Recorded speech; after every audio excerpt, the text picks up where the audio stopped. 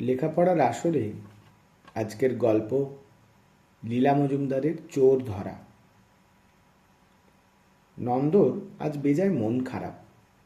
সেই সকাল থেকে সব জিনিসকে কিসে যেন পেয়েছে। ঘুম থেকে উঠেই ভোঁতাকে ঠ্যাঙাতে গিয়ে অত ভালো হকি স্টিকটার হ্যান্ডেলের সুতো কতখানি এলো খুলে। তাই আবার ভোঁদা হতভাগা এমনি চেঁচালো যে বড় মামা এসে নন্দর কান পেঁচিয়ে মাথায় খটাং খটাং করে দুই গাঁটটা বসিয়ে দিলেন। তারপর সেই দেয়ালে কাজল কালি দিয়ে কুকুর তাড়া করছে। মোটা লোকটার ছবি আঁকবার জন্য বাবা মন্টুর সঙ্গে সেই চমৎকার জায়গায় সেই মজার জিনিস দেখতে যাওয়া বন্ধ করে দিলেন। নন্দ আর কি বলে? ছি, মন্টুই বা কি ভাবলো বলো তো? না, বুড়োরা যে কেন পৃথিবীতে জন্মায় বোঝা যায় না। আচ্ছা, অন্যদের বাড়ির লোকেরাও কি এমন হাঁদা? এরা কিচ্ছু বোঝে না। এই তো কালই দিদির নাগরাইয়ের সুঁড় পাকিয়ে দেওয়ার জন্য দিদি চাঁটালো। আচ্ছা, সুঁড় পাকিয়ে কি এমন খারাপটা দেখাচ্ছিল? ভারী তো নাগরাই। এর চেয়ে আর কোথাও চলে যাওয়া ভালো। ইজিপ্টে, যেখানে নীল নদের ধারে ফ্লেমিঙ্গো পাখিরা মাছ ধরে খায় আর মস্ত মস্ত কুমিররা বালির ওপর রোদ পোহায়। নয়তো মানস সরোবরে, যেখানে 100 বছরে একটা নীল পদ্ম ফুল ফোটে। সেজদা বলেছে কাগজে আছে কারা নাকি ছোট ছোট ঘোড়ার পিঠে বোঁচকা বেঁধে টিনের দুধ বিস্কুট কম্বল টম্বল নিয়ে সেখানে যাচ্ছে।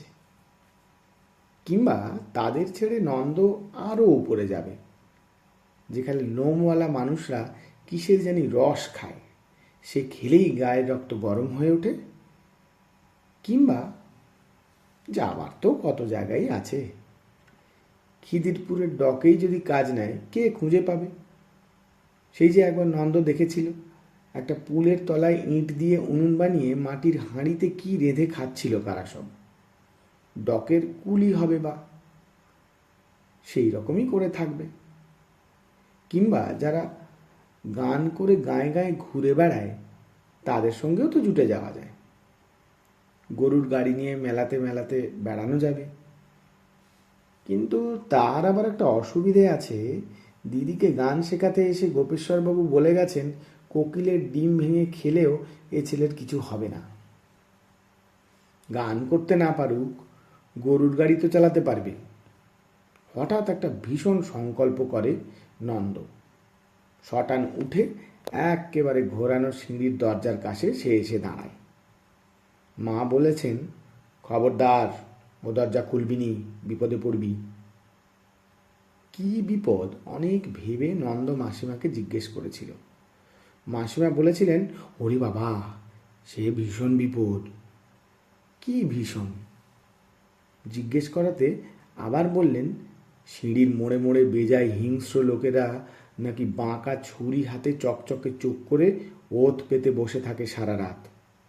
ভোরবেলায় গঙ্গায় জাহাজের বাঁশিগুলো যেই বেজে ওঠে, ওরাও কোথায় আবছায়াতে চলে যায়। নন্দ জানতে চাইল তারা কোত্থেকে এসেছে। মাসিমা বললেন, কেউ এসেছে জাভা থেকে, কেউ সান ফ্রান্সিসকো, কেউ কাম্বোডিয়া থেকে। আউটরাম ঘাটের কাছে তাদের জাহাজ নোঙর দেয়া আছে। জাহাজের পাশের রেলিং না দেয়া সরু কাঠের সিঁড়ি বেয়ে রাত দুপুরে নেমে এসেছে। ভোর না হতেই আবার ফিরে গিয়ে জাহাজের নিচে অন্ধকার ঘরে প্রকাণ্ড উনুনে কয়লা পুড়বে। একবার অনেক রাতে নন্দ কোথা থেকে একটা নেমন্তন্ন খেয়ে যেন ঘরে ফিরছিল। তখন নিজের চোখে দেখেছিল ছোট ছোট টিমটিমে আলো নিয়ে কারা যেন ঘোরানো সিঁড়ি দিয়ে ওঠানামা করছে। তাই দরজার সামনে এসে নন্দ একবার থামল। বেশ রাত হয়েছে, বাইরে খুব হাওয়াও দিচ্ছে। কেমন অদ্ভুত একটা আওয়াজ হচ্ছে।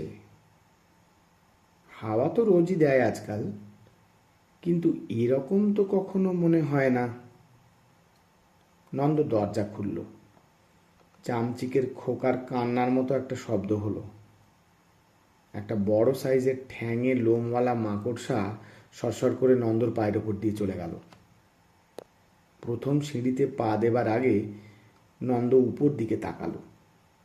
যতদূর দেখা যায় সিঁড়ি ঘুরে 5 তলার ছাদ পর্যন্ত উঠে গেছে, আর নিচের থেকে যতদূর দেখা যায় ঘুরে ঘুরে 1 তলার শান বাঁধানো গলি পর্যন্ত নেমেছে। সিঁড়ির রেলিংটা কেঁ কোঁ করে নড়ে উঠল। কার জুতো জানি চাপা গলায় মচমচ করে ওপর থেকে নেমে আসতে লাগলো। নন্দর হাত পা হিম হয়ে গেল। অন্ধকারে দেয়ালের গায়ে চ্যাপ্টা হয়ে টিকটিকির মতো লেগে রইল সে। তারপর দেখল বুড়ো আঙুল বার করা, জিভ কাটা, ছেঁড়া হলদে বুট পায়ে, তালি দেয়া, সুতো ঝোলা, লম্বা প্যান্টুলুন পরা 2টো ঠ্যাং সিঁড়ির বাঁক ঘুরে নামতে লাগলো। তারপর দেখল পিঠে তার মস্ত ঝুলি, থুতনিতে খোঁচা দাড়ি, নাকের ওপর আঁচিল, তার ওপর 3টে লোম, ন্যাড়া মাথায় নোংরা টুপি। বোধহয় সেই হিংস্র লোকদের কেউ একজন। ভয়ের চোটে নন্দ এক পাটি চটি খুলে ছিটকে ঠং ঠং করে সিঁড়ির ধাপ বেয়ে নিচে চলল। আর সেই হলুদ বুট পরা হিংস্র লোকটা থতমত খেয়ে বোঁচকা ফেলে দে ছুট। নন্দর কিন্তু আর কিচ্ছু মনে নেই। কেমন ভেড়ু বনে গিয়েছিল। লোকটা কিন্তু নিজেই টেনে কোথায় যে দৌড় লাগালো। এদিকে 5 তলার লোকেরা আজও গল্প করে নন্দ নামে একটি ছোট ছেলে চোর ভাগিয়ে জিনিস বাঁচিয়েছিল। শুনে শুনে নন্দ মনে ভাবে, বুড়োরা কি হাঁদা, কিন্তু বাইরে কিচ্ছু বলে না। নন্দ চালাক কি না।